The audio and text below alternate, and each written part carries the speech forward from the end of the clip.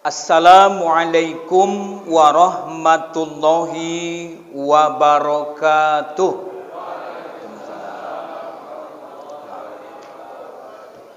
Innal hamdalillah nahmaduhu wa nasta'inuhu wa nastaghfiruh wa na'udzu billahi min syururi anfusina wa min sayyiati a'malina. Man yahdihillahu fala mudilla lahu wa ma yudlilhu fala hadiyalah. Asyhadu an la ilaha illallah wahdahu la syarikalah wa asyhadu anna Muhammadan abduhu wa rasuluh alladzi la nabiyya ba'dah. Faqala Allah ta'ala fil Qur'anil Karim, a'udzu billahi minasyaitonir rajim. Bismillahirrahmanirrahim. Ya ayyuhalladzina amanu taqullaha haqqa tuqatih wa la tamutunna illa wa antum muslimun. Wa qala Rasulullah sallallahu alaihi wasallam fil hadis, man shoma ramadhana imanan wa ihtisaba ghufira lahu ma taqaddama min dzambi. Wa qala hadisil ukhra, man qama ramadhana imanan wa ihtisaba ghufira lahu ma taqaddama min dzambi.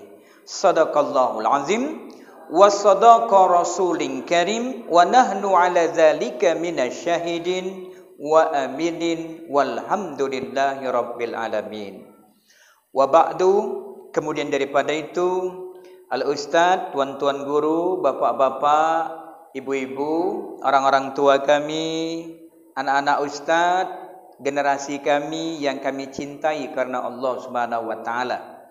Lagi dan lagi Bapak Ibu, sampai kita tidak ada lagi, selama hayat masih di kandung badan, selama kita masih dapat merasakan nikmat-nikmat Allah Subhanahu wa taala, sikap kita yang pertama, mari kita tetap istiqamah, yakni tetap bersyukur kepada Allah Subhanahu wa taala. Alhamdulillahi rabbil alamin. Alhamdulillah wallahu bisa'ada wal farah. Segala puji bagi Allah. Saya bahagia, saya gembira. Kita pun demikian juga. Gembira di dalam kehidupan ini kita masih diberi oleh Allah Subhanahu wa taala kesempatan untuk dapat merajut iman dan amal soleh.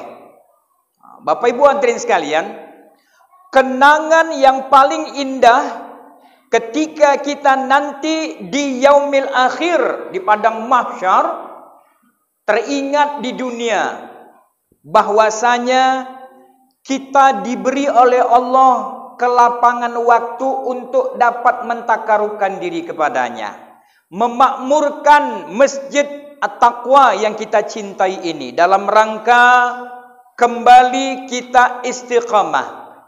Munajat kita tahun yang lalu dikabulkan oleh Allah. Allahumma barik lana fi Rajab wa Sya'ban wa ballighna syahri Ramadan. Alhamdulillah, kita ketemu kembali di bulan Ramadan tahun ini. Maka menjadi satu kesyukuran kepada kita. Tanda kita bersyukur kepada Allah, lisan kita senantiasa mau menyebut asma Allah Subhanahu wa taala. Tanda kita bersyukur kepada Allah, kita mau menyediakan diri kita, waktu kita, tenaga kita, harta kita untuk melaksanakan perintah Allah Subhanahu wa taala dan menghidupkan sunnah Rasulullah sallallahu alaihi wasallam. Alhamdulillah, hamdan wa syukran lillah.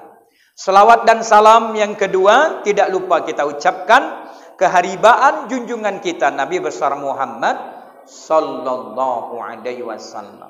Allahumma salli wa sallim wa barik alaih, yang mana kelak kita mengharapkan syafaatnya di yaumil akhir nanti. Nabi kita Nabi Muhammad sallallahu alaihi wasallam adalah sayyidul anbiya, semulia-mulianya nabi. Nabi kita adalah khairu khalqih, sebaik-baik makhluk ciptaan Allah. Uswatun hasanah, suri tauladan yang baik. Maka Bapak Ibu hadirin sekalian, Nabi kita Nabi Muhammad sallallahu alaihi wasallam sayyidul anbiya, penghulunya nabi, semulia-mulianya nabi di antara nabi-nabi yang lain. Kita pun demikian juga. Umat Nabi Muhammad yang hidup di akhir zaman ini bisa menjadi umat yang paling mulia daripada umat-umat yang lain, walaupun kita tidak sekaya umat yang lain. Maka Bapak Ibu hadirin sekalian, kuncinya Allah bercerita dalam Al-Quran, kuntum khaira ummatin ukhrijat linnas ta'muruna bil ma'ruf wa tanhauna 'anil munkar.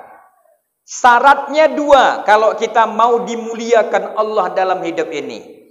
Yang pertama, ta'muruna bil ma'ruf. Pagi, sore, siang, malam dalam kehidupan keluarga dan masyarakat, senantiasa kita fastabiqul khaira, mengajak orang berbuat baik. Terutama kewajiban kita kepada keluarga, ku anfusakum wa ahlikum nara. Jaga diri kita dan keluarga kita untuk selamat daripada azab nerakanya Allah Subhanahu wa taala. Maka kita diwajibkan oleh Allah untuk menyeru kepada keluarga kita taat kepada Allah. Wa man ahsanu qaulan mimman da'a ilallah. Tidak ada ucapan manusia yang paling baik kecuali ucapan seorang ayah mengajak kepada putra-putrinya, istrinya, anaknya untuk taat kepada Allah Subhanahu wa taala. Maka kita dikatakan umat yang terbaik. Ta'muruna bil ma'ruf wa tanhauna 'anil munkar. Mau mencegah orang berbuat keji dan mungkar. Allah, mudah-mudahan Bapak Ibu kita termasuk dari hamba Allah Subhanahu wa taala yang dimuliakan Allah. Amin. Hari ini kita sudah 10 hari Ramadan yang pertama, masuk malam yang ke-11. Maka Bapak Ibu hadirin sekalian, sudah merupakan sunnatullah. Artinya sudah merupakan ketetapan Allah bahwasanya syariat puasa ini diwajibkan oleh Allah kepada kita. Al-Baqarah ayat 183. Kutiba alaikumusiyam kama kutiba alal ladzina min qablikum la'allakum tattaqun. Allah bercerita bahwasanya berpuasa di bulan Ramadan ini adalah telah ditetapkan, diwajibkan, fardu ain hukumnya bagi Islam, orang Islam yang mukallaf, yang baligh, yang berakal.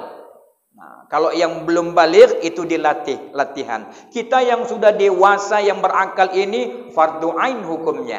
Dikerjakan berpahala, ditinggalkan berdosa. Maka Bapak Ibu hadirin sekalian, menjadi iktibar, belajar. Karena umat Islam ini dalam kehidupan dunia ini tugasnya belajar. Al-haya'u tarbiyah, hidup ini adalah belajar. Maka Allah sudah berfirman, diwajibkan kepada kita berpuasa sebagaimana orang-orang sebelum kita juga diwajibkan untuk berpuasa. Umat-umat sebelum kita juga, ya, umat Rasulullah dengan sahabatnya puasa. Bahkan umat Nabi Isa puasa, Nabi Daud puasa. Kita pernah dengar puasanya Nabi Daud. Sehari puasa, sehari enggak, sehari puasa, sehari enggak. Puasa Nabi Musa berat. Puasa Nabi Isa berat. Kita ini pertengahan. Selesai waktu fajar makan sahur, maghrib berbuka. Kalau umat yang dulu, umat Nabi Musa, umat Nabi Isa dulu, puasanya sehari penuh. Wah, pagi puasa, malam pun puasa. Kalau kisah, enggak sanggup kita. Makanya Nabi Muhammad bilang, minta kurang, umatmu lemah. Solatnya 50 waktu. Wah, ya Allah, kalau 50 waktu enggak bergerak kita. 5 waktu aja masih banyak yang ketinggalan. Masya Allah. Jadi Bapak Ibu, bukan hanya orang-orang dulu yang berpuasa. Kalau kita perhatikan ciptaan Allah, Ada pula makhluk Allah selain manusia juga puasa. Hewan juga puasa. Di antara hewan yang berpuasa kita perhatikan Bapak Ibu, di antaranya adalah ular. Jenis ular, ular piton, ular sanca, ular tuh puasa juga. Ya. Bertapa dia dalam lubang. 6 bulan puasanya, nggak makan, nggak minum. Habis itu ganti kulit dia. Ngelongsongi dia namanya. Puasa. Tapi puasanya ular beda dengan puasanya hewan yang lain. Ular udah 6 bulan puasa, habis ganti kulit, wah, sifatnya tetap buas. Ular dimakan, kodok dimakan, semuanya dimakan. Itulah puasanya ular. Habis puasa 6 bulan, makin ganas. Semuanya dimakan. Ada lagi ulat bulu. Ulat pemakan buah. Bapak Ibu hadirin sekalian, kita tengok ulat yang di pohon-pohon, yang di daun-daun, daun dimakan, ya kan? Batang dimakan, semua buah-buah apalagi dimakan ulat.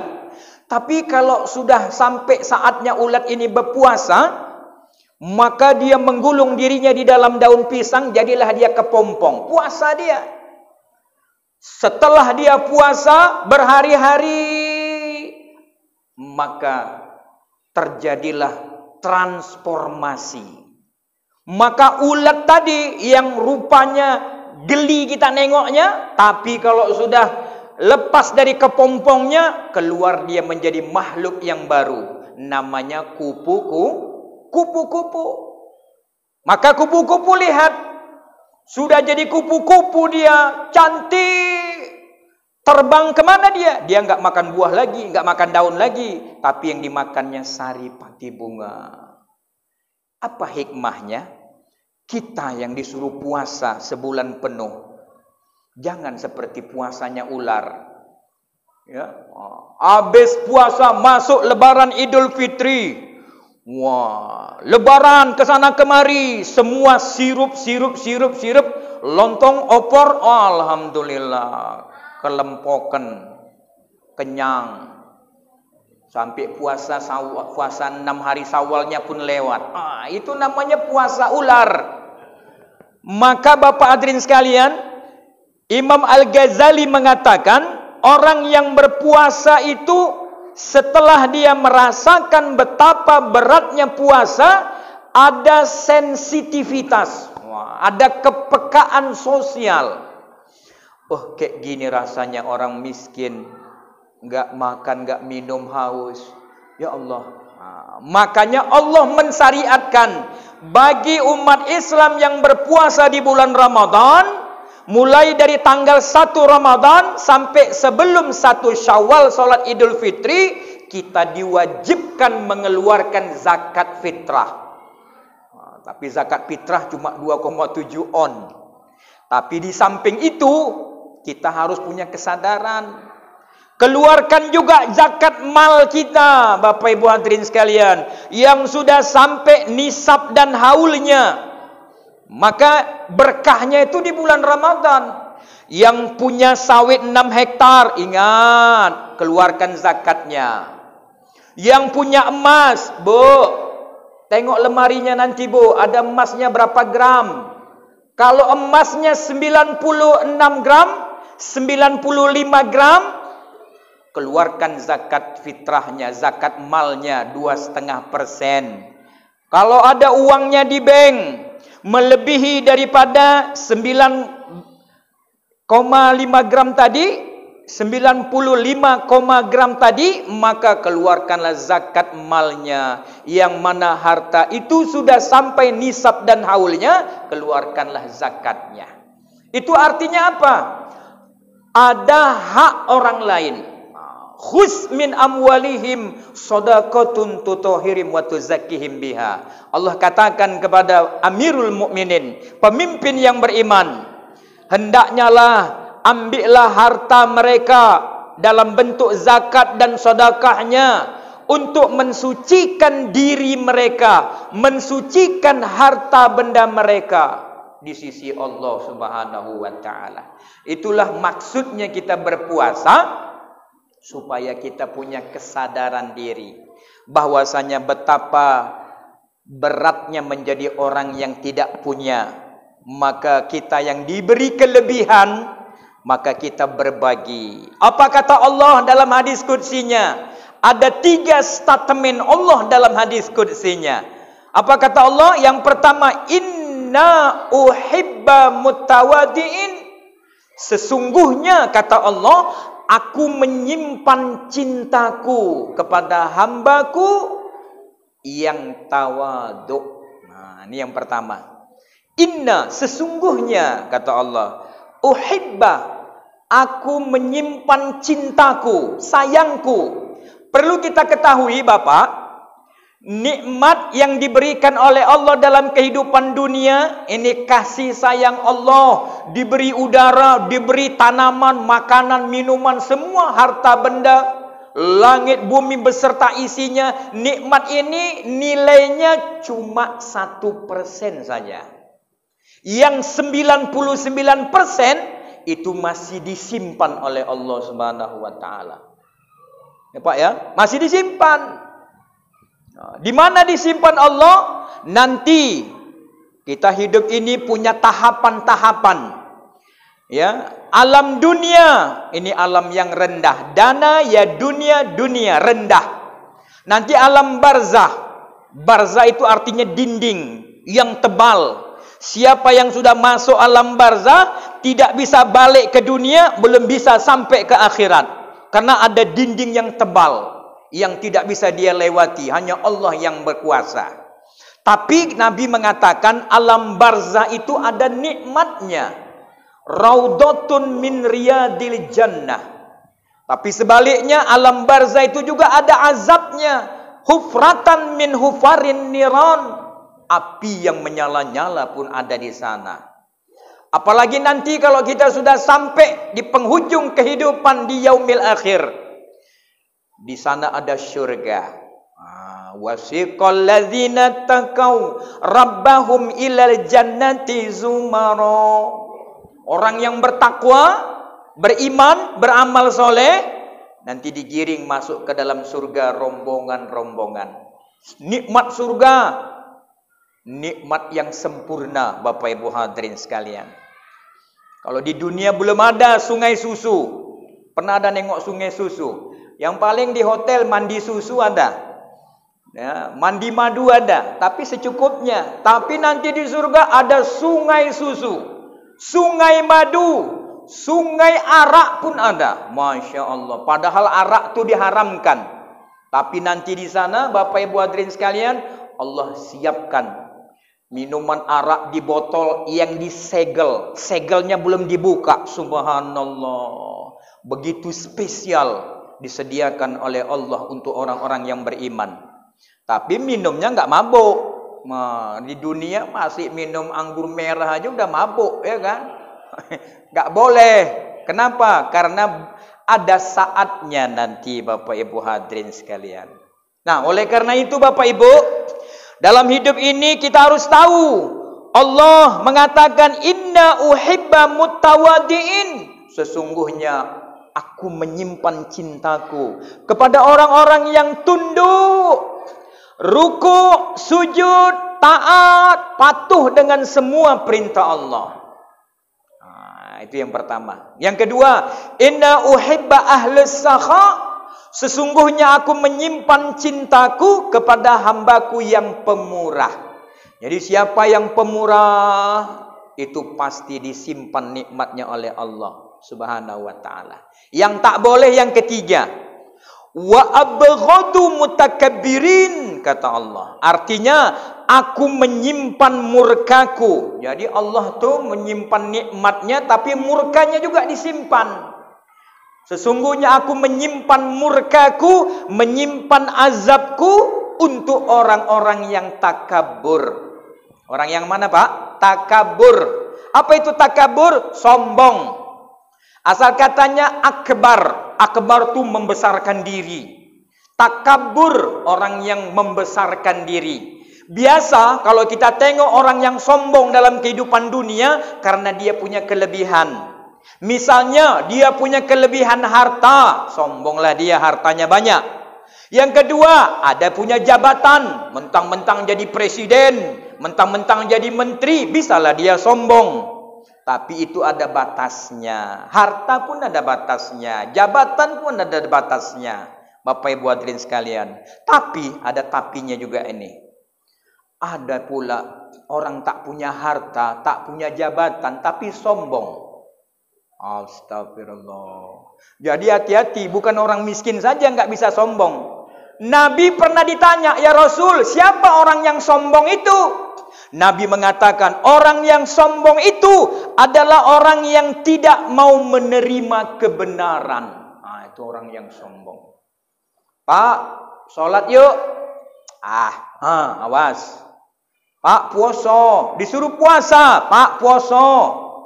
Ala kawajalah. Astagfirullah. Sombong sama Allah. Disuruh sholat, disuruh puasa, disuruh ke masjid, disuruh majelis taklim, tak mau dia. Sombong. Memang berat, Bapak Ibu. Nabi SAW pernah memberikan iktibar. Iktibar itu artinya belajar. Datang Nabi bertamu ke rumah Fatimah. Nabi SAW bertamu ke rumah Fatimah. Diajaknya sahabatnya. Abu Bakar diajak, Umar diajak, Utsman diajak. Bersilaturahmi ke rumah Ali bin Abi Thalib. Ketok pintu. Assalamualaikum. Waalaikumsalam. Tafadhol, silakan duduk. Udah duduk, ayahnya Fatimah menyediakan hidangan. Ya, ketika hidangan yang disiapkan adalah mangkok yang cantik, isinya madu. Alhamdulillah, dihidangkanlah madu dengan wadah mangkok. Dihidangkan tamu tadi. Tiba-tiba, Bu, jatuhlah sehelai rambut. Rambut siapa? Fatimah. Jatuh rambutnya sehelai. Ketika itu jatuh, Nabi berkata, wahai Abu Bakar, berilah perumpamaan. Ini sahabat Nabi Khulafaur Rasyidin itu cerdas-cerdas. Apa kata Abu Bakar? Iman itu lebih cantik daripada mangkok yang cantik ini. Orang yang beriman lebih manis daripada madu.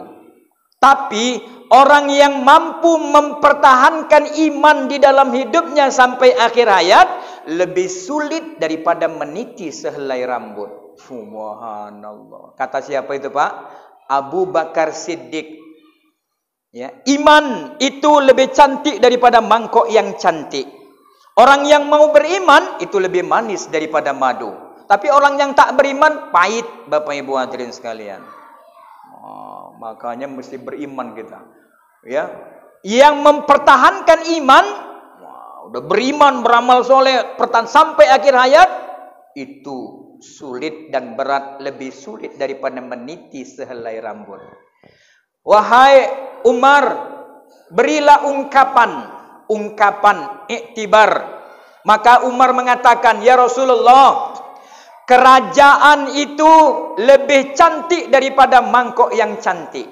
Kalau kita di Indonesia, kepresidenan, ini kan lagi heboh nih ya kan, pemilihan presiden tanggal 20 semalam udah ditentukan. Ini yang paling banyak jumlahnya.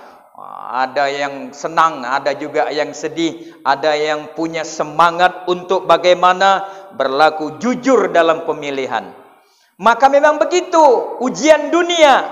Kata Umar bin Khattab, kerajaan itu lebih cantik daripada mangkok yang cantik. Seorang raja, seorang presiden itu lebih manis daripada madu. Tapi menjadi raja, menjadi presiden yang adil dengan rakyatnya sampai akhir masa jabatannya lebih sulit daripada meniti sehelai rambut. Itu dibuktikan sama Umar bin Khattab. Jadi presiden dia, jadi raja, jadi khalifah dia, enggak mau tidur sebelum jam 10 malam. Jadi tidurnya di atas jam 10. Habis sholat Isya, dia ronda, turba, turun ke bawah. Singkatan turba itu turun ke bawah. Dia tengoknya rakyatnya. Apa dia bilang? Di masa pemerintahan saya jadi khalifah, jangan ada seekor unta pun yang mati kehausan di wilayah kekuasaanku. Subhanallah. Itu statement Umar bin Khattab. Di masa pemerintahan saya, jangan ada seekor unta pun yang mati kehausan. Jangankan manusia, unta saja jangan sampai ada yang mati kehausan. Makanya dia enggak bisa tidur sebelum jam 10 malam. Keliling dia. Ketemu ibu-ibu yang lagi masak batu, Bapak Ibu hadirin sekalian. Anaknya nangis, tidur lagi. Sampai terbangun, belum masak lagi. Ibu masak apa katanya? Masak batu rupanya, Pak Allah. Kejam presiden ini. Umar bin Khattab tu kejam katanya. Enggak tahu dia yang datang mengecek itu Umar bin Khattab. Pulang dia. Pergi ke Baitul Mal, diambilnya gandum, dipanggulnya sendiri. Sampai yang menjaga Baitul Mal bilang, udah biar saya aja, kata pegawainya. Sanggup kau memikul dosaku nanti di akhirat? Oh, subhanallah. Begitulah Umar bin Khattab. Dia panggul gandum tadi dari Baitul Mal, sampai dia ke pinggir bukit tadi, dimasakkannya, dia suapi. Diundang lagi, besok ibu datanglah ke kerajaan, ke istana, untuk mendapatkan subsidi bantuan daripada pemerintah. Begitulah Umar bin Khattab. Nah, berkata yang ketiga Utsman bin Affan. Apa kata Utsman? Ya Rasulullah, ilmu itu lebih cantik daripada mangkok yang cantik, kata Utsman bin Affan. Ahli ilmu dia. Ilmu itu lebih cantik daripada mangkok yang cantik. Orang yang mau menuntut ilmu, ini bapak-bapak kita ni sekarang menuntut ilmu ni. Orang yang mau menuntut ilmu lebih manis daripada madu. Alhamdulillah. Tapi orang yang beramal, orang yang mengamalkan ilmu yang dia pelajari dalam hidupnya lebih sulit daripada meniti sehelai rambut. Makanya ya, sahabat-sahabat Nabi dulu, imam-imam mazhab, Imam Abu Hanifah, Imam Syafi'i, Imam Hambali, mereka itu menjadi imam setelah diamalkan ilmu itu, barulah dia sampaikan. Ini berat jadi ustaz juga ini. Apa yang sudah disampaikan harus mampu dia amalkan. Itu kata Ali bin Utsman bin Affan tadi, orang yang mampu mengamalkan ilmu yang dipelajari itu lebih sulit daripada meniti sehelai rambut. Yang keempat berkata Ali bin Abi Thalib. Apa kata Ali? Tamu itu, Bu, tamu itu lebih cantik daripada mangkok yang cantik. Menjamu tamu lebih manis daripada madu. Menyenangkan tamu sampai pulang ke rumahnya lebih sulit daripada meniti sehelai rambut. Itu kata Ali bin Abi Thalib. Bisa, Bu? Tamu datang, Assalamualaikum. Ih, pasti pinjam utang ini, mau ngutang ini. Astagfirullah, udah suuzon dulu. Ada yang datang pasti mau minjam duit ini. Macam mana mau disuguhkan lagi? Masya Allah, ini berat memang. Itulah kata Ali bin Abi Thalib. Giliran Fatimah berkata. Apa kata Fatimah? Ya Rasulullah, wahai Abi, ayahku, wanita itu lebih cantik daripada mangkok yang cantik. Wanita yang berjilbab lebih manis daripada madu. Ini kalau wanita yang tak mau pakai jilbab, pahit itu, enggak manis. Yang manis itu yang pakai jilbab. Yang ketiga, menjadi wanita yang mampu menjaga dirinya dari ikhtilat pandangan mata laki-laki. Ibaratkan kalau kita di kampung, menjadi wanita yang dipingit. Tidak menjadi wanita seperti bunga di pinggir jalan. Siapapun bisa megang. Astagfirullah. Menjadi wanita yang dipingit, terjaga dari pandangan lelaki hidung belang, lelaki mata yang tidak hak memandangnya. Itu lebih sulit daripada meniti sehelai rambut. Itu kata Fatimah. Berkata Rasul. Apa kata Rasul? Rasul berkata, hidayah. Bapak tahu hidayah? Hidayah dan taufik. Hidayah itu artinya petunjuk. Hidayah dari Allah itu lebih manis, lebih indah daripada mangkok yang cantik. Orang yang mengamalkan hidayah dalam hidupnya lebih manis daripada madu. Orang yang beramal dari hidayah petunjuk dari Allah sampai akhir hayatnya ikhlas dalam beramal, itu lebih sulit daripada meniti sehelai rambut. Begitu kata Rasul. Jadi Pak, ilmu petunjuk hidayah ini lebih cantik daripada mangkok yang cantik. Kemudian mengamalkan ilmu yang kita pelajari ini lebih manis daripada madu. Beramal dengan ikhlas sampai akhir hayat itu lebih sulit daripada meniti sehelai rambut.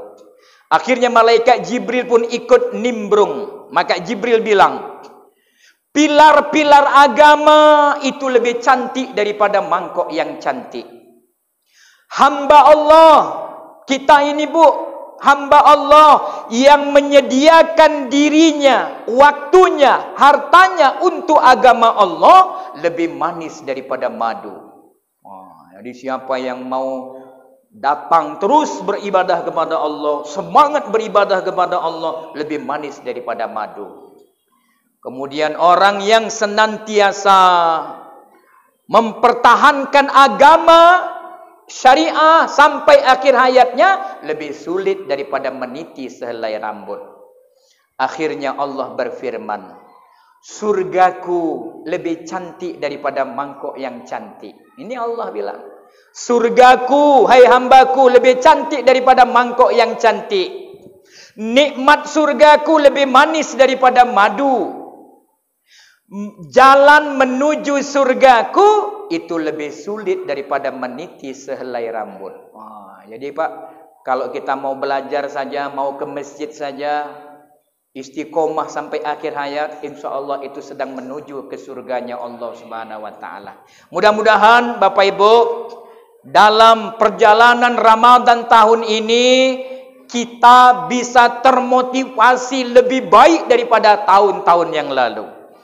Perubahan itu selalu ada, tapi perubahan yang terbaik adalah semakin bertambah umur, bertambah nikmat, bertambah juga iman kita, bertambah amal kita, bertambah semangat kita beribadah kepada Allah Subhanahu wa Ta'ala. Insya Allah hasilnya jelas. Hasilnya wasiqal ladzina taqaw rabbahum ilal jannati zumara. Allah akan menggiring orang yang bertakwa menuju surga rombongan-rombongan. Itulah rombongan orang yang solat berjamaah, rombongan orang yang majelis taklim, rombongan orang yang ta'awanu alal birri wa taqwa, ikhlas sampai akhir hayatnya. Insya Allah Subhanahu wa Ta'ala kita ditentukan, dijadikan oleh Allah menjadi hamba yang soleh solehah, yang istiqomah, akhir hayatnya husnul khotimah. Amin. Subhanakallahumma rabbana wa bihamdika asyhadu an la ilaha illa anta astaghfiruka wa atubu ilaik. Billahi taufik wal hidayah wa afwa minkum. Assalamualaikum warahmatullahi wabarakatuh.